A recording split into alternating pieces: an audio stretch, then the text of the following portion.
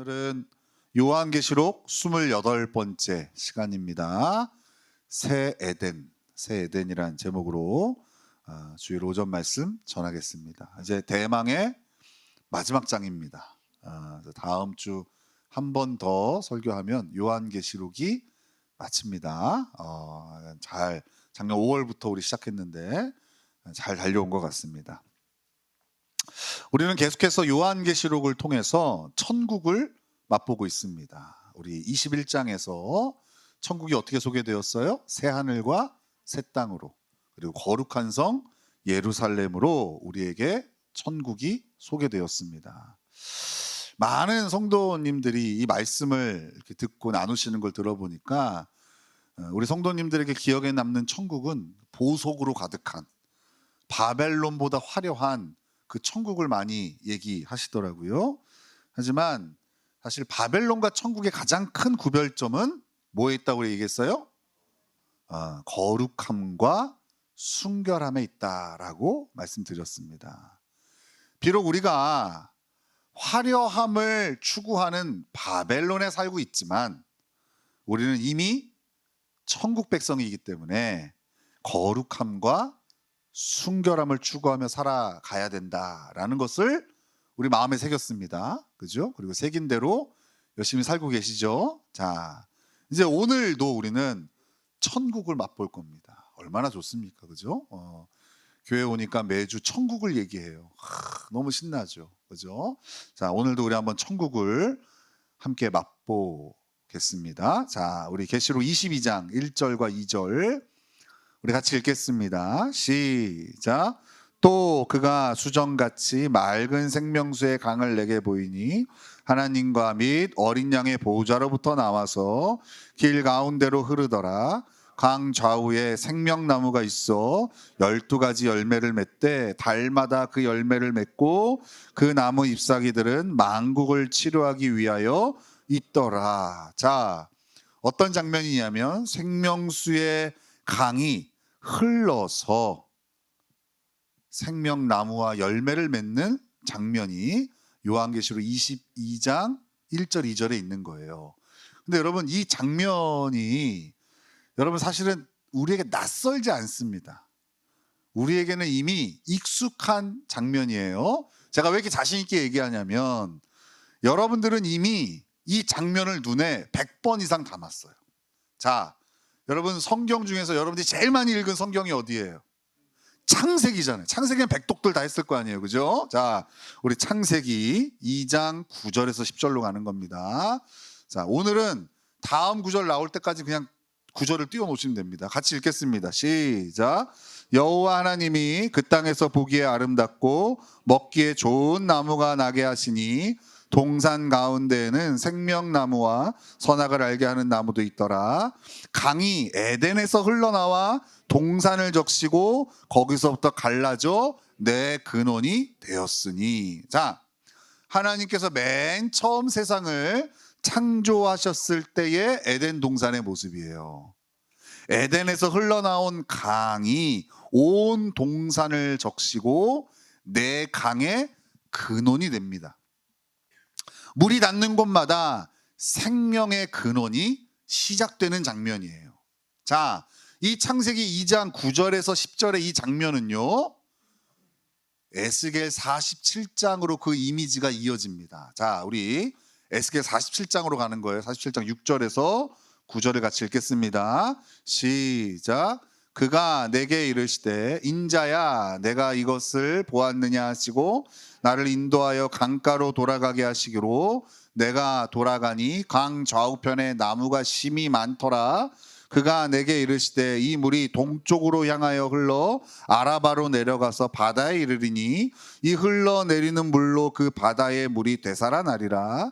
이 강물이 이르는 곳마다 번성하는 모든 생물이 살고 또 고기가 심이 많으리니 이 물이 흘러 들어가므로 바닷물이 되살아나겠고 이 강이 이르는 각처의 모든 것이 살 것이며. 성경에 보면 하나님께서 환상을 보여주시거든요. 그 중에서 가장 유명한 환상 중에 하나가 이 에스겔서에 나오는 성전 환상이에요. 이 성전 안에서 물이 차오르더니 능히 건너지 못할 큰 강이 되어서 흐릅니다. 그리고 이 강물이 흘러 닿는 곳마다 놀랍게도 모든 초목과 나무들이 되살아납니다. 이미 황폐해지고 죽은 것이 새롭게 생명을 얻는 모습이 펼쳐지고 있는 거예요. 자, 그리고 이런 회복을 통하여 맺어지는 열매도 소개합니다. 자, 에스겔 47장 12절이에요. 12절 시작. 강 좌우가에는 각종 먹을 과실나무가 자라서 그 잎이 시들지 아니하며 열매가 끊이지 아니하고 달마다 새 열매를 맺으리니 그 물이 성소를 통하여 나옴이라. 그 열매는 먹을 만하고 그 잎사귀는 약재료가 되리라. 자, 성전에서 시작된 강물을 통해서 새 열매를 맺어요. 이 새 열매는요, 그 잎이 뭐라 그래요? 시들지 않는데요. 그리고 그 열매가 끊이지 않게 된대요. 더 나아가 그 열매와 잎사귀는 뭐로 사용돼요? 약재료가 된대요. 여러분, 약이 어떤 기능이 있어요? 치료의 기능이 있잖아요. 그죠? 그러니까 이 열매와 이 새 열매 그리고 이 잎사귀는 치료의 기능이 있음을 우리에게 보여주고 있습니다. 자, 이제 다시 아까 우리 맨 처음 읽었던 계시록 22장 1, 2절을 다시 읽겠습니다. 자, 이제 이게 좀 눈에 선명하게 보일 겁니다. 같이 읽겠습니다. 시작. 또 그가 수정같이 맑은 생명수의 강을 내게 보이니 하나님과 및 어린 양의 보좌로부터 나와서 길 가운데로 흐르더라. 강 좌우에 생명나무가 있어 12가지 열매를 맺되 달마다 그 열매를 맺고 그 나무 잎사귀들은 만국을 치료하기 위하여 있더라. 그러니까 하나님께서 에스겔을 통하여, 에스겔의 환상을 통하여 이미 예언하신 그 장면이 지금 요한계시록 22장 1절 2절에서 오늘 우리에게 보여지고 있는 거예요. 하나님과 어린 양의 보좌로부터 흘러나온 물이요 생명나무의 열매를 맺고 그 잎사귀들은 어떻게 한다고 그래요? 만국을 치료합니다. 오늘 우리가 보는 이 천국은 하나님이 창조하신 에덴의 회복인 거예요. 맞잖아요. 그죠? 창세기 2장에 그 하나님 에덴을 창조하셨잖아요. 근데 그 에덴이 망가졌어요. 그 에덴을 다시 회복시키세요. 그게 오늘 우리가 소개받는 천국인 거예요. 그래서 여러분, 오늘 이 에덴을 뭐라고 이름 붙일 수 있어요? 제목처럼 새 에덴이라고 이름 붙일 수 있는 거예요. 자, 오늘 우리에게 소개되어지는 이 새 에덴의 천국은요, 두 가지의 특징을 갖고 있어요. 몇 가지 갖고 있다고요? 두 가지. 그러니까 이제 예상이 되죠? 이 두 가지 소개하면 끝나는 거예요. 두 가지. 새 에덴의 특징 두 가지를 지금부터 소개하겠습니다. 첫 번째 특징은요, 바로 풍성함입니다. 자, 뭐라고요? 풍성함이에요. 창세기에 소개된 에덴과 이 요한계시록에 소개되는 새 에덴의 가장 큰 차이가 뭐가 있을까요? 이렇게 물어볼게요. 처음에 창세기에 있는 에덴에는 없는데 요한계시록에 등장하는 새 에덴에는 있는 것, 그게 뭘까요? 치료입니다. 물을 마실 틈도 안 주시고, 그죠? 여러분, 처음에는 필요가 없었죠. 하나님이 맨 처음 지으셨을 때 완벽했잖아요. 그러나 새 에덴은 뭐가 필요하다고요? 치료가 필요해요. 처음에 창조되었을 때는 없었지만 지금 있는 것이 죄이기 때문에 그래요. 하나님이 지으신 에덴에 죄가 들어와서 병들어 버렸어요. 이 죄로 인해서 이 땅의 인간들은요, 아무리 열심히 살아도, 아무리 애를 써도 어떤 열매도 맺지 못하는 황폐한 산송장의 인생이 되어져 버렸어요. 맞잖아요. 여러분, 우리가 좀 더 살면 나아지겠거니 하고 살지만 어떻습니까? 가진 사람은 가진 사람대로, 못 가진 사람은 못 가진 대로 그 불안에서 자유해지지 않아요. 황폐해졌어요. 그 원인이 뭐라고요? 죄 때문이에요. 하나님은 이렇게 망가져버린 인생들을 위해서 예수님을 이 땅에 보내십니다. 이 땅에 오신 예수님이 이렇게 말씀하세요. 자, 우리 요한복음 7장 37, 38절 같이 읽겠습니다. 시작. 명절 끝날 곧 큰 날에 예수께서 서서 외쳐 이르시되 누구든지 목마르거든 내게로 와서 마시라. 나를 믿는 자는 성경에 이른과 같이 그 배에서 생수의 강이 흘러 나오리라 하시니. 여러분, 그러니까 예수님이요 하신 말씀이 뜬금없이 갑자기 얘기하시는 게 아니에요. 다 이런 배경 가운데, 구약의 배경 가운데, 그리고 그 요한계시록에 하나님께서 성취하시는 그 미래에 그것이 연결된 가운데 우리 예수님이 하시는 말씀인 거예요. 예수님은 이 황폐한 인생들의 뭘로 이 땅에 오셨냐? 치료자로 오셨습니다. 치료가 필요하잖아요. 병들었으니까.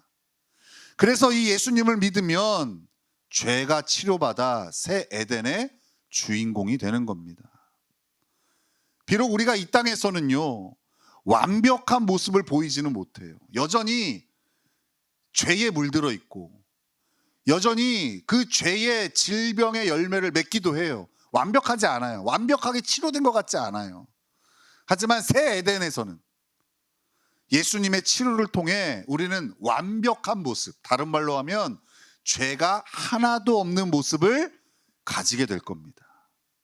여러분, 이게 믿겨집니까? 여러분, 우리가 그렇게 된다니까요.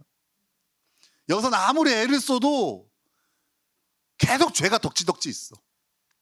그 죄의 뿌리가 뽑히지 않아. 옛사람의 몸에 한계를 가지고 살아가는 우리에게는요 죄가 없는 삶, 이것은 불가능할 것 같아요. 신앙생활 하는 내내 이 어려움과 아픔과 고통 가운데 사는 그리스도인들을 심심치 않게 만나죠. 그러나 여러분, 언제 이 모든 게 끝나요? 새 에덴에서 끝난다고. 거기서 완벽한 치료자 되시는 예수님을 통해서 죄가 하나도 없는 그 완벽한 모습을 우리가 가지게 되는 겁니다. 그래서 여러분, 예수님을 만난 인생들은요 지금 자신의 모습이 비록 연약하고 상처투성이지만 그것을 바라보는 게 아니라 완벽히 치료되어 새 에덴에 입성할 그날을 기대하면서 이 땅의 삶을 살아가는 자들이에요. 이게 중요해요. 우리가 이걸 모르니까 야, 너 예수 믿는데 왜 그렇게 죄가 많냐? 너 예수 믿는데 왜 그렇게 쓰러지냐? 너 예수 믿는데 또 그렇게 넘어졌냐? 이 손가락질을 하는 거예요. 우리는 이 땅에서는 완벽하지 않아요. 하지만 새 에덴에서 예수님께서 우리를 치료하시는 그 완벽한 모습을 기대하고 소망하면서 이 부족한 몸뚱아리를 가지고 이 땅을 살아가는 거예요. 그게 그리스도인들인 거예요. 이렇게 치료자 되시는 예수님을 만나지 못한 인생들은 어떡할까요? 항상 자신의 상처와 연약함을 주장하며 주저앉아 있어요. 누가 정죄해서가 아니에요. 스스로가. 스스로가 계속 자기를 정죄하는 거예요. 난 이거밖에 안 돼. 해도 안 될 거야. 난 죄인이야. 여기에 사로잡혀서 무너져 있는 거예요. 그 상처와 연약함으로 인해서 스스로를 낙심이라는 감옥에 가두는 겁니다. 누가 가두는 게 아니라니까요. 누가 이렇게 체포해서 구속시키는 게 아니에요. 스스로가 그 낙심이라는 감옥에 들어가는 거예요. 그래서 여러분, 이 새 에덴의 천국을 소유한 이 땅의 사람들에게, 좀 쉽게 말하면 그리스도인들에게 나타나는 특징이 바로 풍성함인 겁니다. 특징이 뭐라고요? 풍성함이라고요. 상처와 연약함, 바로 죄로부터의 자유가 그 인생을 풍성하게 하는 겁니다. 자, 우리 한번 선포해 볼까요? 나는 새 에덴의 주인공이다. 자, 선포하세요. 다시. 여러분, 선포는 진리를 선포할 수 있는 겁니다. 그죠? 진리만 선포할 수 있는 거예요. 자, 우리 다시 한번. 나는 새 에덴의 주인공이다. 네. 예수님을 영접한 이들은요 모두 이 새 에덴의 주인공입니다. 그렇다면 여러분, 이제 우리는 더 이상 우리의 연약함이나 상처를 주장해서는 안 됩니다. 이게 새 에덴의 주인공에게는 어울리지 않아요.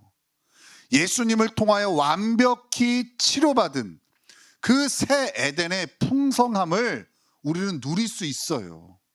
그죠? 그러니까 이 풍성함을 누릴 수 있음에도 불구하고 자꾸만 우리의 연약함이나 죄악됨을 주장하면 어때요?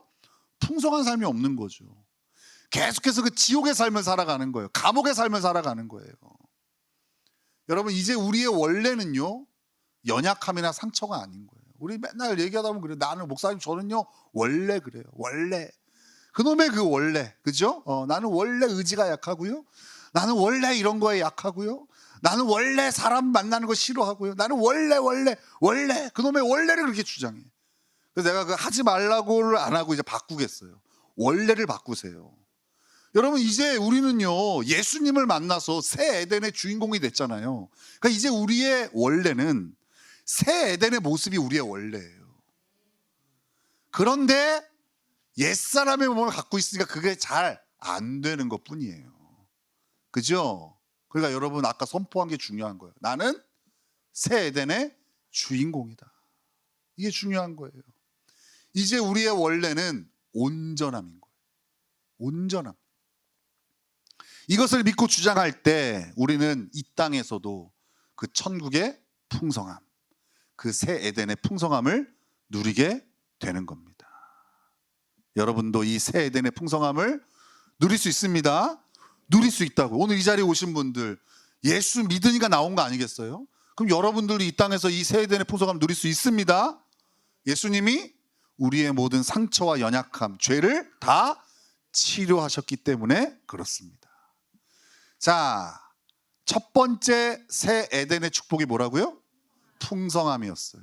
이제 두 번째 축복입니다. 새 에덴의 두 번째 축복. 새 에덴의 두 번째 축복은요, 바로 존귀함입니다. 뭐라고요? 존귀함입니다. 자, 우리 22장, 계시록 22장 3절에서 5절을 같이 읽겠습니다. 시작.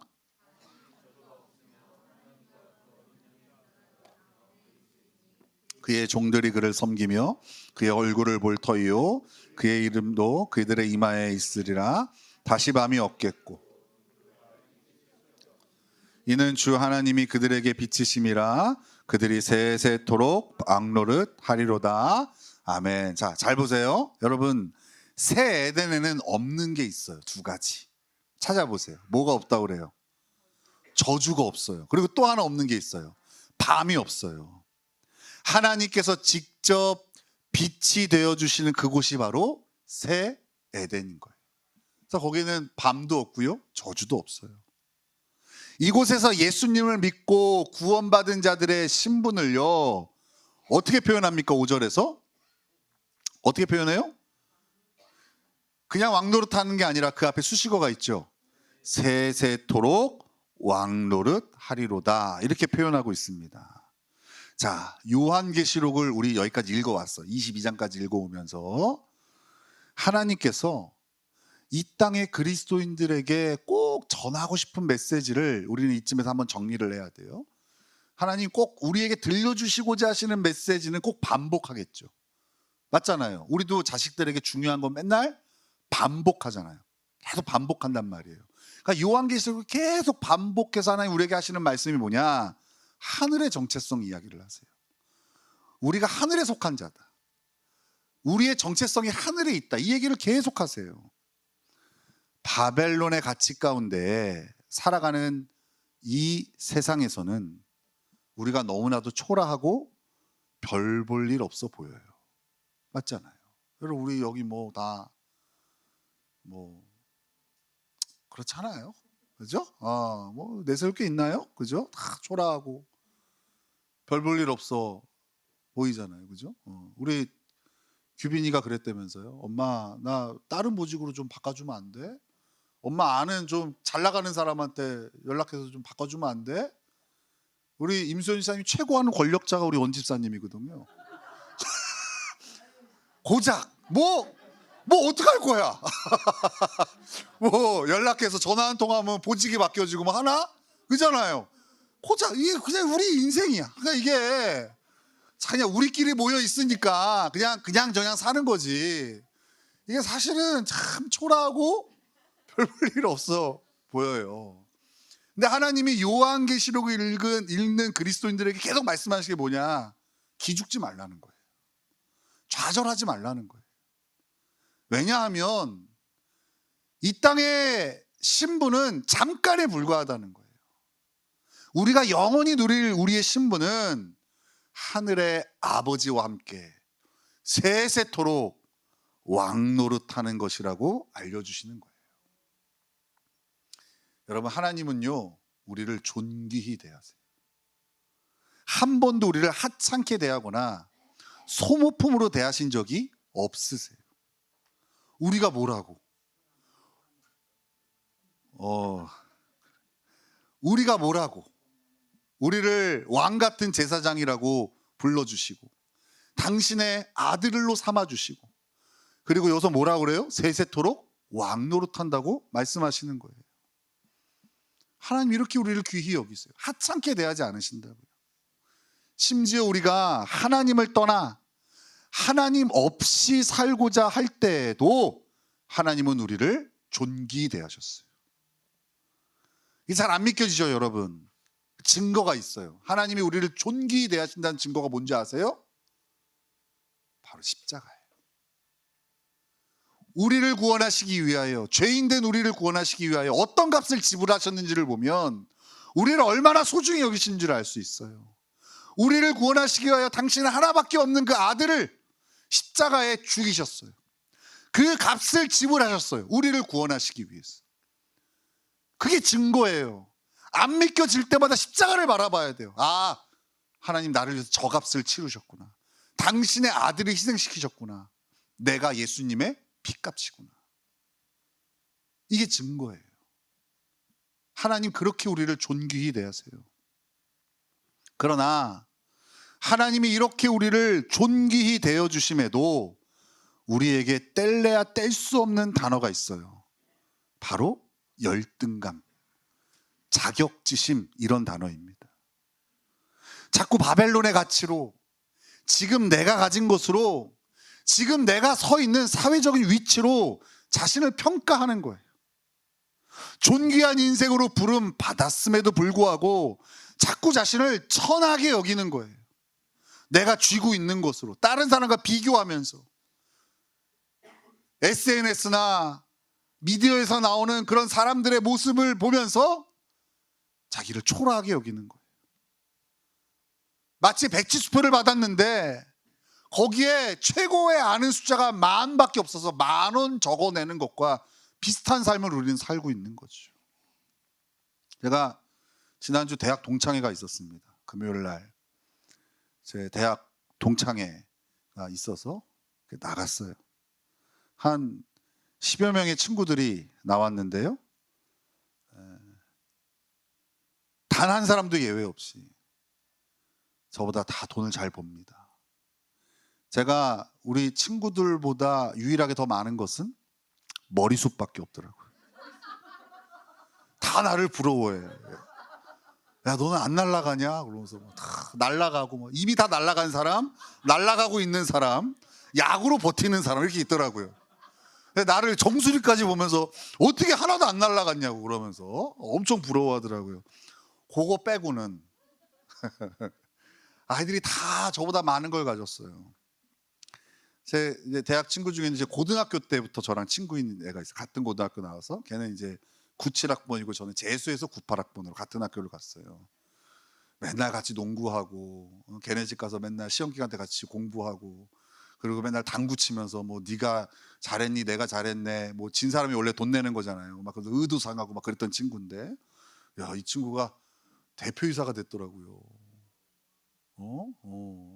그 회사에 들어가서 잘 승진해서 대표이사가 됐어요.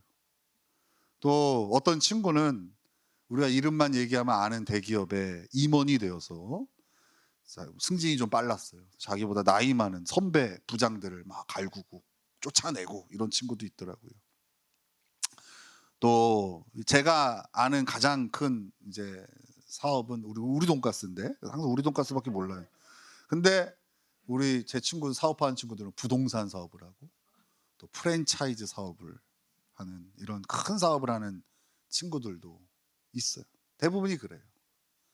대부분 억대 연봉에 10억 이상 하는 서울 아파트를 소유하고 있는 그런 친구들이. 여러분 제가 주눅이 들었을까요? 안 들었을까요? 하나도 주눅 들지 않았어요. 왜 안 들었는지 알아요? 대강복교회 담임 목사잖아요. 대강복교회 담임 목사잖아요. 그러니까 주눅이 안 들어요. 아유, 내 뒤에 여러분들 같은 이런 귀한 성도들이 있는데 주눅 들 게 뭐가 있습니까? 요즘 우리는 마태복음으로 경건의 시간 하잖아요. 그죠? 근데 마태복음으로 경건의 시간 이제 보름 됐어요. 아침마다 이번에 마태복음을 통해서 하나님 저에게 반복적으로 들려주시는 음성이 있어요. 뭔지 압니까? 이런 말씀을 하세요. 너 되게 귀한 존재야. 너 되게 귀한 존재야. 이거를 계속 반복해서 말씀하세요. 그래서 제가 한번 세어봤어요. 몇 번 말씀하셨나? 5번 말씀하셨더라고요. 보름에 5번이니까 3일에 한 번꼴로 저에게 이 말씀을 하시는 거예요. 너 진짜 귀해. 너 천하보다 귀해. 내가 너를 얼마나 귀히 여기는 줄 알아? 이 말씀을 계속하세요. 오늘 아침에도 듣고 왔어요. 너가 너무 귀해서 내가 가라지를 함부로 뽑지 않아. 너 다칠까 봐. 너 상처받으면 안 되잖아. 그러니까 내가 가라지 뽑다가 너 다칠까 봐 안 뽑아. 그렇게 내가 너를 소중히 여기고 귀히 여겨. 천지를 지으신 전능하신 하늘 아버지께서 저를 귀하다고, 그것도 천하보다 귀하다고 하시는 거예요. 이 하나님의 나를 향한 이 진리의 말씀이 바벨론의 가치로부터 오는 열등감과 자격지심의 자리를 다 빼앗아 버렸어요. 그 열등감과 자격지심이 내 안에 자리 잡을 공간이 없어요. 그래서 제 대학 동창들, 인간적으로 봤을 때 훨씬 더 저보다 성공하고 돈도 많이 벌고 그 친구들이요, 진짜 하나도 안 부럽더라고요. 그래서 제가 거짓말하는 게 아닙니다. 제가 사실은 여러분이 제 뒤에 있어서 제가 괜찮았다고 하는 건 뻥이고요. 아침마다 하나님께서 나를 존귀한 자라 하시는데, 여러분 그게 맞는 거지.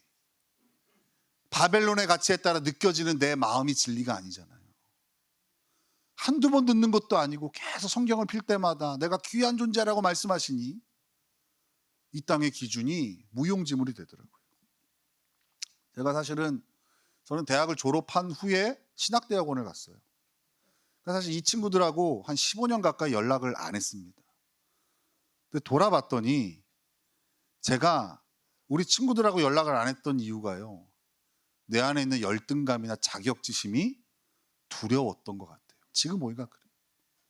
내가 그들을 만나면 그들의 삶이 부럽고 내가 뭐 하나, 내 인생은 뭔가, 이런 생각들이 내가 두려웠던 것 같아요. 그래서 사실 그들과 연락을 안 하다가 2년 전에 처음 동창회를 나간 거예요. 근데 이제는 어느새 저는 새 에덴의 축복을 누리고 있더라고요. 이번에 가서 분명히 알았어요. 새 에덴의 축복인 존귀함이 내 안에 가득해 있는 거예요. 그래서 엊그저께 우리 대학 친구들과 함께한 그 자리가요, 저에게는 천국의 현장이었어요. 열등감과 자격지심이 없는, 만약 열등감과 자격지심이 있었으면 얼마나 불편했겠어요. 그 자리가, 그죠? 지옥이었겠죠. 근데 그 자리가 천국이었어요. 정말 성공하고 잘된 친구는 마음껏 축복해주고, 또 그러면서도 마음에 어려움이 있고 위로가 필요한 친구들은 제가 열심히 위로해줬어요. 내년에 또 가려고 그래요. 천국이니까. 막 이번에 갔다 와서 제가 열등감과 자격지심이 했으면 아마 내년에 안 갈 겁니다. 지옥이잖아요. 그죠? 정리해 볼게요. 이 땅에 임할 새 에덴을 통해서 우리에게 허락된 축복 2가지, 뭐였습니까? 풍성함과 존귀함입니다. 이 2 단어를 절대 잊으면 안 됩니다. 그리고 반드시 점검하십시오. 오늘 이 축복들을 잘 누리고 있는지 점검하셔야 돼요. 만약 누군가가 매일 아침마다 내 계좌에 1억씩을 넣어준다고 상상해 보세요. 자고 일어났는데 통장에 1억이 들어와 있어요. 신나게 썼어요. 열심히 다 못 썼어. 근데 자고 일어났더니 또 1억이 들어와 있어요. 그래서 또 열심히 썼는데 다 못 썼어요. 근데 다음에 일어났더니 또 1억이 들어와 있는 거예요. 여러분 얼마나 신나겠어요. 그죠? 하나님이 천국을 우리에게 주시면서 우리가 누릴 수 있도록 주신 축복이요, 사실은 이와 비교할 수 없을 정도로 큰 축복이에요. 써도 생기고 써도 생기고 써도 생기고. 바벨론의 축복은요, 쓰면 사라져요. 어떤 거는요, 쓰지도 않았는데 사라져. 여기 보면 우리 성도도 그런 분들이 있더라고요. 열심히 돈 모았는데 난 하나도 안 썼는데 사라져 있더라고요. 누가 와서 다 써가. 자기는 열심히 일했는데 누가 써가. 그래서 열받아서 억울해서 나도 써야겠다 써서 탕진하시는 분들이 있더라고. 근데 여러분 하나님이 주시는 건요 어때요? 써도 또 생기고 써도 또 생기고 써도 또 생겨요. 이 새 에덴의 풍성함과 존귀함은요 마르지 않아요. 계속해서 생겨나는 거예요. 2000년 전에 핍박받던 당시 그리스도인들이요, 이 새 에덴의 메시지를 들었을 때, 이 요한계시록의 편지를 읽었을 때 얼마나 가슴이 벅찼겠어요. 그죠? 밑바닥 인생이었잖아요. 지금은 우리가 예수 믿는다고 좀 사업도 잘 되고 자식도 잘 돼가지고 뭐 이렇게 출세하는 사람도 있고 좀 이렇게 예수 믿고 복 받았다고 간증하는 일들이 있잖아요. 근데 여러분 2000년 전에는요 그냥 예수 믿는 건 가난이었어요. 그냥 밑바닥 인생. 어디 가서 인간 취급을 받지 못해요. 그죠? 그렇게 초라하고 너무 별 볼 일 없는 인생으로 주눅 들어 있는 그들에게 오늘의 이 메시지가 어떻게 들렸겠냐. 너 존귀한 자다. 그리고 이미 예수 그리스도의 십자가 보혈로 치료받아 온전한 새 에덴의 풍성한 주의 백성입니다. 이 메시지가 그들에게는 큰 감동으로 다가왔을 거예요. 그리고 다시 일어날 힘이 되었을 거예요. 그럼에도 불구하고 다시 움직일 힘이 바로 이 메시지였을 거라고요. 그러니 여러분 그들을 어떻게 표현해요? 히브리서에서는 세상이 감당할 수 없다고 얘기해요. 바벨론의 가치로 아무리 찍어 눌려도 이 새 에덴의 풍성함과 존귀함을 갖고 있는 인생을 이길 수가 없는 거예요. 이게 바로 새 에덴의 천국을 품은 그리스도인의 능력인 거죠. 근데 여러분 이 능력이요 오늘날 우리에게도 유효합니다. 여러분 믿으십니까? 그 능력이 우리에게도 유효해요. 이 땅에 지금 그리스도인 뭘로 사냐? 이 새 에덴의 풍성함과 존귀함으로 사는 거예요. 2000년 전의 그리스도인들처럼. 근데 우리는 다른 걸로 살잖아요. 그래도 예수 믿어도 이런 건 좀 있어야지. 이런 걸 동력 삼아 살잖아요. 아니요. 지금도 새 에덴의 풍성함과 존귀함이면 능력의 삶을 살 수 있어요. 세상이 우리를 감당할 수 없어요. 저는 목회하면서 정말 이걸 소망해요. 여러 번 얘기하잖아요. 막 교회 성도가 늘어나고 막 교회가 커지고, 이거 솔직히 저는 그렇게 바라지 않아요. 하나님 주시면 어쩔 수 없이 하겠지만 그것이 제 목회의 소망이 될 수 없어요. 근데 저의 목회의 진짜 목표는 여러분들 행복했으면 좋겠어요. 진짜 예수 믿는데 정말 행복해 미쳤으면 좋겠어요. 그리고 그거는 헛된 소망이 아니잖아요. 진짜 이 땅에 지금까지 그리스도는 그렇게 살았다니까요. 바벨론의 가치로 보면 별 볼 일 없는데 이 새 에덴의 축복을 누려서 세상에 감당할 수 없는 그런 복된 인생을, 좁은 길을 걸으면서도 밤낮 기뻐하며 걸었던 인생을 살았다고요. 그 삶을 살았으면 좋겠어. 저도 갔으면 좋겠고 여러분도 누렸으면 좋겠어. 예수 믿는데 그 낙심의 감옥에서 나오지 못하는 성도들을 보면 너무 안타까워. 거기 안 있어도 되는데, 새 에덴을 바라보면 되는데 하나님의 진리를 듣고 그 약속을 들으면 되는데, 그 약속을 믿으면 되는데, 아침마다 성경을 펴서 나를 귀하다고 여겨주시는, 나를 이미 온전케 하셨다는 그 주님의 음성을 들으면 살 수 있는데 어려운 거 아니잖아요. 그런데 그 성경은 덮어놓고 내 안에 들려지는 그 감정의 느낌의 메시지를 들으면서 그걸 진리인 양 붙들고 사는 거예요. 그래서 맨날 이러죠. 예수 믿는 게 다 이런 거냐고. 빨리 죽어 천국 갔으면 좋겠다고. 그런 사람은 천국도 없어요. 미안한 얘기지만. 이 땅이 지옥인데 어떻게 천국을 갑니까? 저는 진짜 제가 목회를 시작하기 전에 가졌던 기도제입니다. 예수님 때문에 행복한 공동체를 만들고 싶어요. 그리고 오늘 이 메시지가 그렇게 귀하게 사용되었으면 좋겠어요. 매일 지옥을 살아가는 것을 당연하게 여기는 성도들이 오늘 이 메시지를 통해서 같은 현장이, 똑같은 현장이거든요, 새 에덴의 축복의 현장으로 바뀌게 되기를 소망해요. 저에게 동창회는 지옥이었다니까요. 가기 싫은 곳, 가면 내 열등감을 자극하는 곳, 나의 자격지심을 건드리는 곳이었어요. 근데 같은 현장이 이제는 천국이에요. 그게 별로 나한테 영향을 끼치지 않아요. 그냥 축복해 주면 되는 거예요. 열심히 살았으니까, 그 열매를 맺었으니까 축복해 주면 되죠. 그게 부러운 게 아니니까.